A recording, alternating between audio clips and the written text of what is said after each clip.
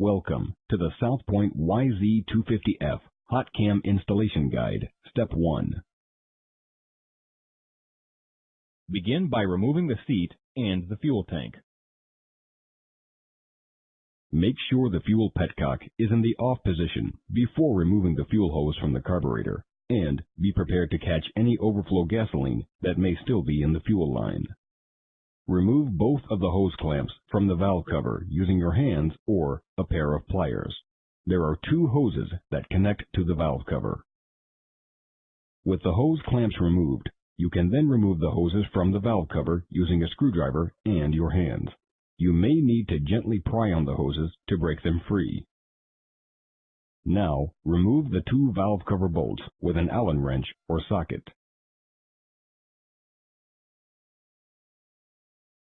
Once the bolts are removed, gently lift the valve cover off the engine with your hands.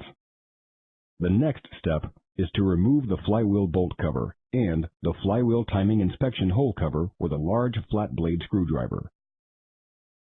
Be careful not to damage the head of the plastic covers with the screwdriver.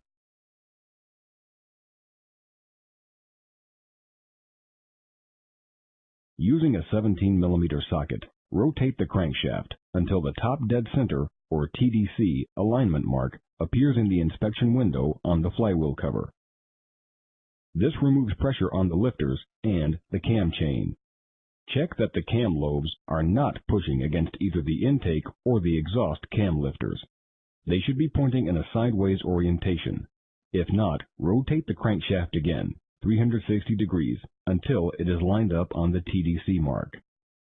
The engine is now at the TDC mark on the compression stroke. Loosen the cam chain tensioner bolts, alternating from side to side a little on each bolt until the tensioner is completely free. Then, carefully remove the cam chain tensioner assembly from the cylinder. Using a cross-hatch incremental pattern, remove the intake cam cover bolts. With the cam cover bolts removed, gently break the cam cover loose with a screwdriver or your hands. Don't forget to remove the cam bearing clip. Carefully remove the intake cam from the engine and allow the timing chain to hang from the exhaust cam. Now, remove the exhaust cam cover bolts using a cross-hatch incremental pattern.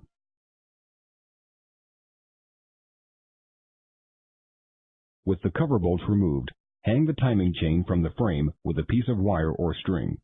Be careful not to let the timing chain fall into the engine. Loosen and remove the exhaust cam cover, prying gently if necessary to break it loose from the head assembly.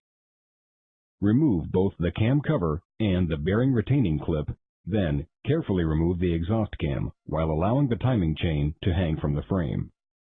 Now you are ready to remove the cam lifters using a magnet or other suitable tool.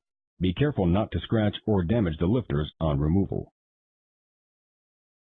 Frequently, the shims will stick to the underside of the lifters, so be careful not to drop a shim into the engine.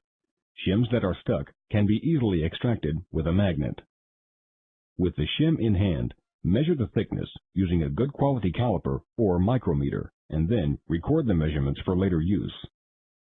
You must repeat this measurement for each shim and lifter combination.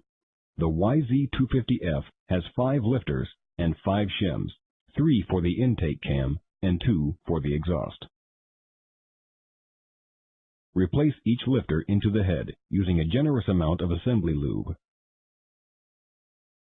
Clean the top of the lifters and apply a generous amount of assembly lube to the top of each lifter and also to the cam carrier supports where the cam makes contact with the head. You must lubricate this contact area to avoid engine damage at startup. Apply assembly lube to the cam journals where they make contact with the head assembly. Lubricate the end of the exhaust cam in and around the decompressor assembly. Now, install the exhaust cam with your hands. Keep the cam alignment marks at the 9 and 12 o'clock positions as you work the cam onto the chain. Try not to pull on the cam chain while installing the exhaust cam. If necessary, you can lift the exhaust cam up slightly and rotate it one tooth at a time until the alignment marks are at the 9 and 12 o'clock positions. When the exhaust cam is in place, verify again that the crankshaft is still in alignment and the TDC mark is still centered in the inspection window on the flywheel cover. In a similar fashion, now install the intake cam. There are 3 timing marks on the intake cam, at the 9, 12, and 3 o'clock positions. Carefully work the timing chain onto the cam without pulling on the chain.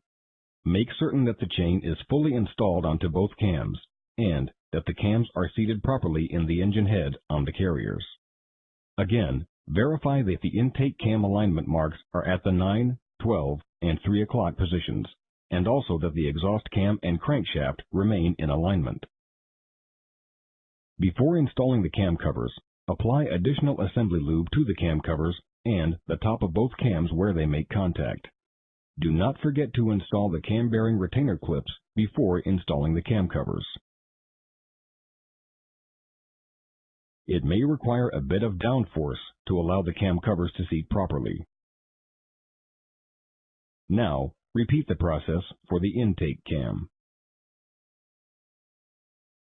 Reinstall the cam cover bolts in a cross-hatch incremental pattern as before. Tighten down the cam cover bolts using a good quality torque wrench to 7.2 foot-pounds, again using a cross-hatch pattern. Finally, you will need to measure each of the valve clearances for all 5 valves. Measuring and adjusting the valve clearance, or lash, will be covered in Step 2 of this South Point installation guide.